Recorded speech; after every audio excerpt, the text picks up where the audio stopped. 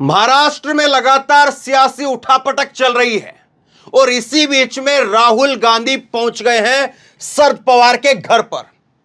और शरद पवार के घर पर जाकर के राहुल गांधी ने मुलाकात की है। ये तस्वीरें आप देखिए। राहुल गांधी यहां पर शरद पवार के घर पर पहुंचे हैं, उनके नेताओं से मिले हैं। ये जितेंद्र आव्हाड हैं, उनसे मिले हैं, सांसद हैं। बाकी के और तमाम जितने भी नेता हैं, सुप्रिया सुले, वो तमाम लोगों से मिलवाने का काम कर रही है। तो जब एक मुश्किल वक्त शरद पवार के पास साथ में है, मुश्किल वक्त में शरद पवार हैं, उस वक्त में जाकर के लोगों से मिलना राहुल गांधी, और राहुल गांधी अपने से कह रहे हैं, ध्यान से सुनिए, नाइस टू मीट यू। तो बाकी के लोग हैं उनसे नाइस टू मीट यू, और ये बाकी के लोगों से मिल रहे हैं शरद पवार जो मिलवाने का काम कर रहे हैं। एनसीपी के नेता हैं, ये एनसीपी के सांसद हैं, वो लोग हैं जो इस मुश्किल वक्त में शरद पवार के साथ खड़े हैं, और उनके बीच में जाकर के राहुल गांधी खड़े हो गए। राहुल गांधी आज शरद पवार के घर पर गए हैं। अभी ये शाम करीब 6:30 बजे की तस्वीरें हैं। 6:30 बजे के आसपास जो है राहुल गांधी पहुंचे। आज राजस्थान को लेकर भी राहुल गांधी ने कांग्रेस मुख्यालय में बैठक की, उसको लेकर के अलग से बताऊंगा मैं आपको। लेकिन उसके बाद में शरद पवार के घर पर राहुल गांधी पहुंचते हैं, और राहुल गांधी पहुंच करके वहां पर मिलते हैं तो निश्चित तौर पर एक संदेश तो साफ चला गया है। जो यहां पर अजीत पवार जो है वो अभी भी आज तक, कल जो है ये बड़ा 83 साल की उम्र को गिनवा रहे थे, लेकिन आज तक जो 36 का आंकड़ा है, आज पूरा दिन चला गया, लेकिन 36 का आंकड़ा जो विधायकों का, 53 विधायक हैं और 53 में से जो है वो 36 विधायक चाहिए। 53 विधायक हैं और 53 में से 36 विधायक चाहिए। 36 विधायक चाहिए दल बदलू कानून से बचने के लिए। और जो साहब बड़ी बड़ी जो है वो कल लंबी लंबी डींगे हाँक रहे थे, एक तरह से मैं कहूं, और कल जो है शरद पवार की उम्र को नाप रहे थे, वो आज तक भी 36 विधायकों का चिट्ठा जो है सामने नहीं ला पाए, और मोदी ने बधाई तक नहीं दी है। समझ लीजिए मामला कैसे फंसा हुआ है। और दूसरा, आज जो है राहुल गांधी पहुंच गए शरद पवार के पास मिलने से बड़ा फर्क पड़ेगा इससे। कुछ जो विधायक इधर उधर हैं या कुछ विधायक उधर चले गए हैं, उनको भी तो पता है ना साहब।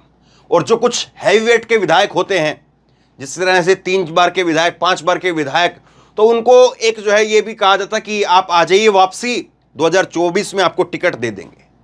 तो जो हैवीवेट विधायक आएगा तो उसके साथ में 4 विधायक अपने आप और आ जाएंगे, जो उसके पास के क्षेत्र के विधायक होते हैं वो भी आ जाते हैं। तो ये सब रणनीति जो है वो काम करती है। और राहुल गांधी का यहां पर जाना केवल जो है वो फोटो खिंचवाने वाली बात नहीं होती है, ताकत का एक प्रदर्शन होता है कि हां, कांग्रेस जो है साथ खड़ी है, राहुल गांधी साथ खड़े हैं। तो सामने जो पार्टी में इधर उधर भाग रहे हैं, जो भगदड़ मची हुई है, वो भगदड़ थम जाती है जब बड़े लोग आकर के साथ खड़े होते हैं, और जब पता चलता है, दिखता है कि इनके साथ कौन खड़ा है और इनके साथ कौन खड़ा है। इनके साथ राहुल गांधी खड़े हैं, इनके साथ में कौन खड़ा है।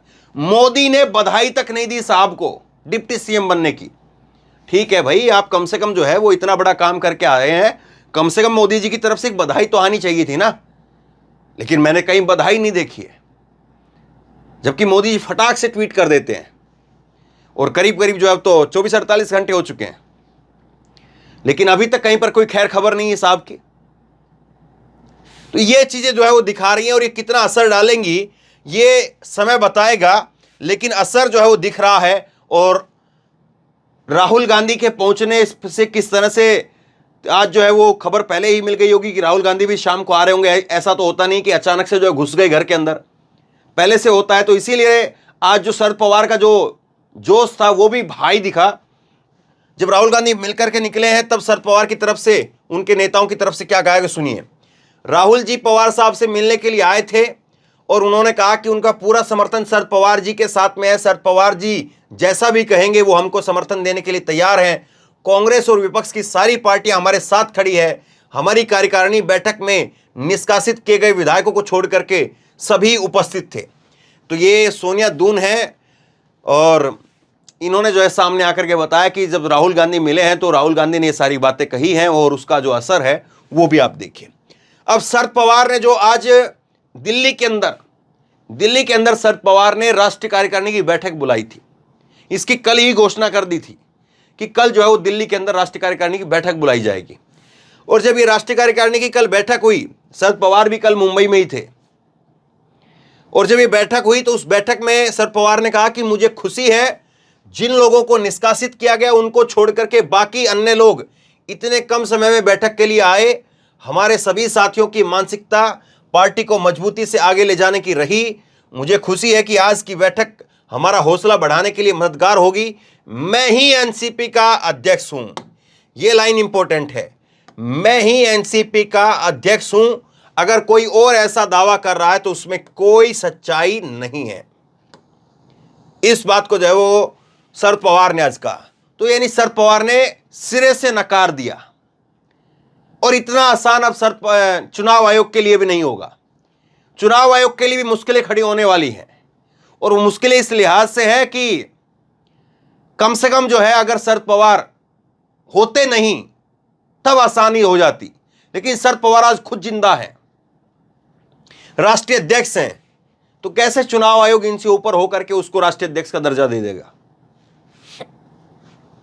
एक और आगे बयान देखिए इनका, यह जो कुछ हो रहा है उससे मुझे खुशी है, क्योंकि जिन्होंने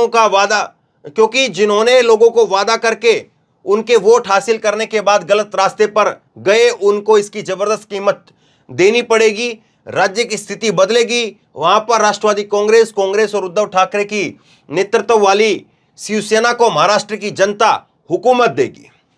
तो ये जोश जो है वो दिख रहा है, और राहुल गांधी के आने का जब समाचार मिला तब जो है ये निश्चित तौर पर ये जो जोश है वो बढ़ गया, क्योंकि राहुल के आने से पहले ये बैठक हुई और उस बैठक के बाद प्रेस कॉन्फ्रेंस हुई, और उस प्रेस कॉन्फ्रेंस के अंदर जो है वो शरद पवार ने इन सब बातों को रखा।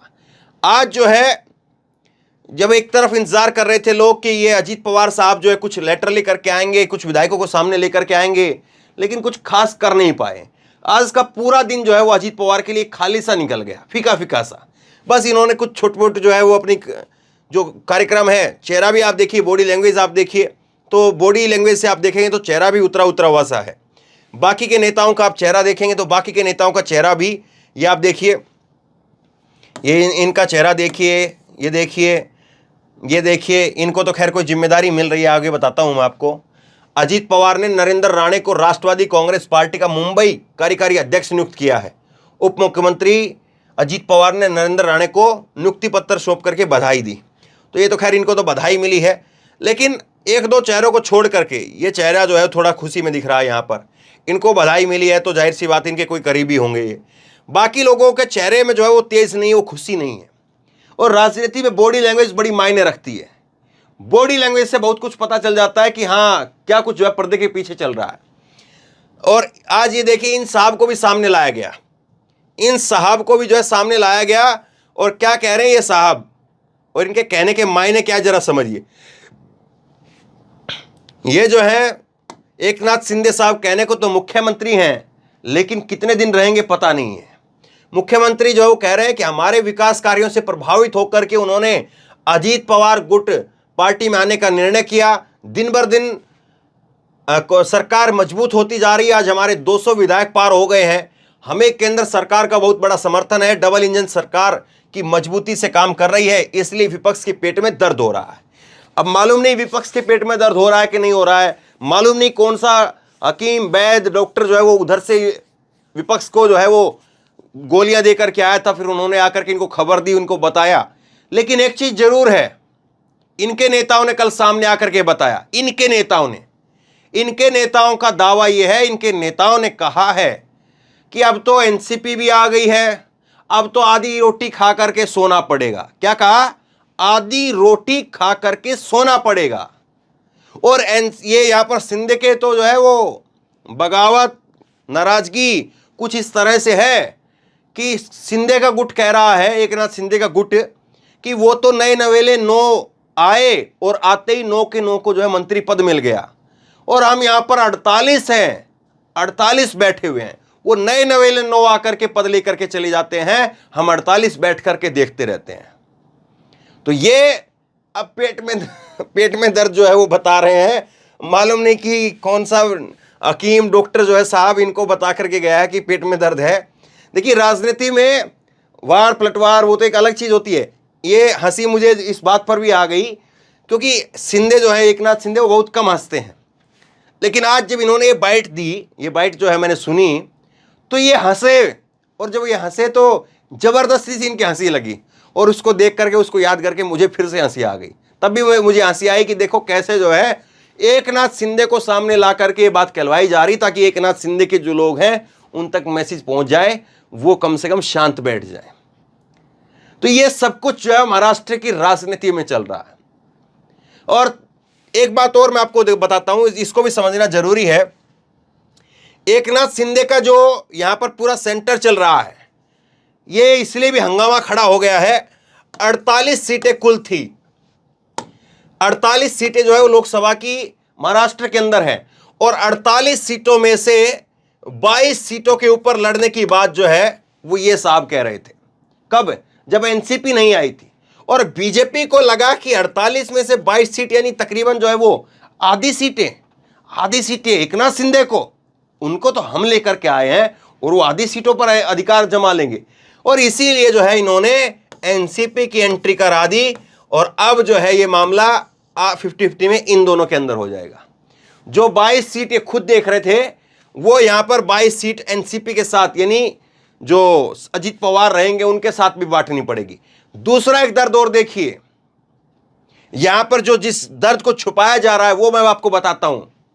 और आप कहेंगे कि आपके पास कौन सा डॉक्टर आया था, बिल्कुल सही सवाल है, लेकिन कौन डॉक्टर है मैं आपको बताता हूं। अभी ये कह रहे हैं कि अजीत पवार, बयान देखिए, ये कह रहे हैं कि अजीत पवार गुट जो है वो देख करके, काम से प्रभावित होकर के, खुश होकर के आया है।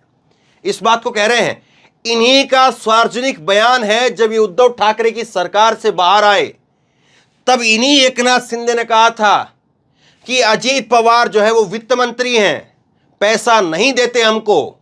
ये उद्धव ठाकरे मुख्यमंत्री भले ही हो, लेकिन हमको तो पैसा मिलता ही नहीं है, आगे हम खर्च कैसे करें, अपने लोगों को अपने क्षेत्र में पैसा लगाएं कैसे।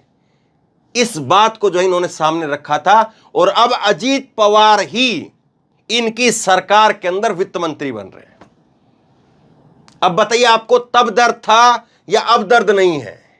क्योंकि ये चीजें तो सार्वजनिक है, आपने अपने मुंह से बोली हुई है। इसमें तो कोई वैद्य, डॉक्टर, हकीम से पूछने की जरूरत ही नहीं है। इसमें तो जो चीजें आपने बोली हुई वो आपके सामने है, और इसीलिए जो है ये सारी चीजें सबको पता है। इसीलिए ये साहब आज 36 का आंकड़ा आज तक नहीं लेके आए। अगर 36 का आंकड़ा इनके पास होता तो फिर जो है वो आज यहां पर शरद पवार जो है वो इतना चेक करके बयान ना दे रहे होते। और जाहिर सी बात है, कांग्रेस पार्टी और राहुल गांधी गए हैं मिलने के लिए, तो कुछ न कुछ इनपुट तो उनके पास भी रहा होगा। महाराष्ट्र कांग्रेस से कुछ न कुछ इनपुट जो है वो राहुल गांधी को भी भेजा गया होगा, और राहुल गांधी को भी जो है बताया गया होगा कि हाँ, कितने विधायक है, कितने नहीं है, क्या हो सकता है, क्या नहीं हो सकता है, कौन सा विधायक है, कौन सा विधायक जो मिल सकता है, नहीं मिल सकता है। हो सकता है कि राहुल गांधी की भी कुछ लोगों से बात करवाई जाए, क्योंकि पार्टी लाइन से ऊपर भी कुछ लोगों के आपस में रिश्ते होते हैं। तो राहुल गांधी की यहां पर महाराष्ट्र के इस पूरे सिस्टम में, पूरे प्रकरण के अंदर जो एंट्री हुई है, अब ये किस तरह से रहेगी? राहुल गांधी की एंट्री से जो है वो शरद पवार को कितना फायदा मिलेगा? शरद पवार जो है वो कितना अपनी पार्टी को संभाल पाएंगे, या पार्टी को दोबारा से शरद पवार जो खड़ा कर देंगे? शरद पवार की तरफ से, उनकी गुट की तरफ से दावे भी किए गए हैं। कुछ दावों में कुछ दिनों के भी दावे हैं, और कुछ दावों में 3 महीने के भी दावे हैं। अब सवाल यह है कि राहुल गांधी की यहाँ पर जो एंट्री हो रही है, जो गर्मजोशी के साथ राहुल गांधी यहाँ पर मिल रहे हैं, तो ये अपनापन जो है वो दिखा रहा है कि कम से कम जो है महाविकास अघाड़ी के ऊपर जितनी चोट करने की या पहुंचाने की जो कोशिश हो रही थी, कम से कम ऐसा लग रहा है कि वो यहाँ पर उतनी कामयाब होती हुई नहीं दिखाई दे रही है। और ये मुस्कुराती हुई फोटो, ये मुस्कुराती हुई वीडियो आज सबसे ज़्यादा किसको परेशान करेंगी? अजीत पवार साहब को, एकनाथ शिंदे को, देवेंद्र फडणवीस को, या मोदी और अमित शाह को? असली कौन है? कहां से चक्कर चल रहा है? कौन चाहता है? सोचे जरूर इस बात को, शेयर करिए इस खबर को। और आप क्या सोचते हैं, राहुल गांधी की एंट्री से क्या फायदा यहां पर शरद पवार को होगा? राहुल गांधी जो भगदड़ मची हुई है उसको रुकवा पाएंगे? या आपको लगता है कि अब गाड़ी जो है उस स्टेशन से निकल चुकी है, अब वापस लौटना नामुमकिन है?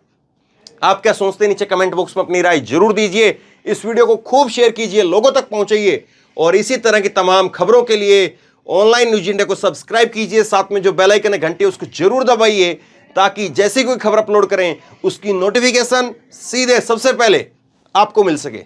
धन्यवाद।